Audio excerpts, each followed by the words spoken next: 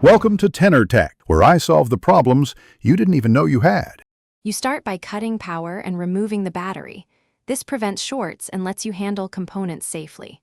Once done, inspect the cable and USB plug for frays and look under the left button for visible debris, dust, or skin oils cause false double clicks. Make sure to have a small Phillips screwdriver, a cotton swab, and isopropyl alcohol ready. These let you open and clean the switch area. Begin now by removing the feet or screws to access the switch housing. Once the shell is open, you'll see the micro switch beneath the left button. Carefully expose it without yanking ribbon cables. Use a cotton swab lightly moistened with isopropyl to clean around the switch and contacts. This removes grime that alters contact timing and causes double actuations. Make sure everything dries fully. Reassemble enough to test.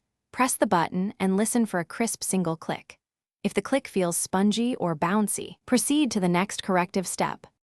If cleaning didn't fix it, you can replace the micro switch or insert a thin metal shim to stabilize contacts.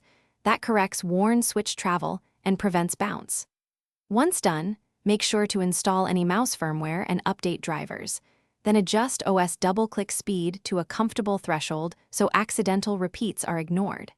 If problems continue, test the mouse on a different computer to confirm hardware failure. One troubleshooting tip: intermittent fixes mean the switch is failing.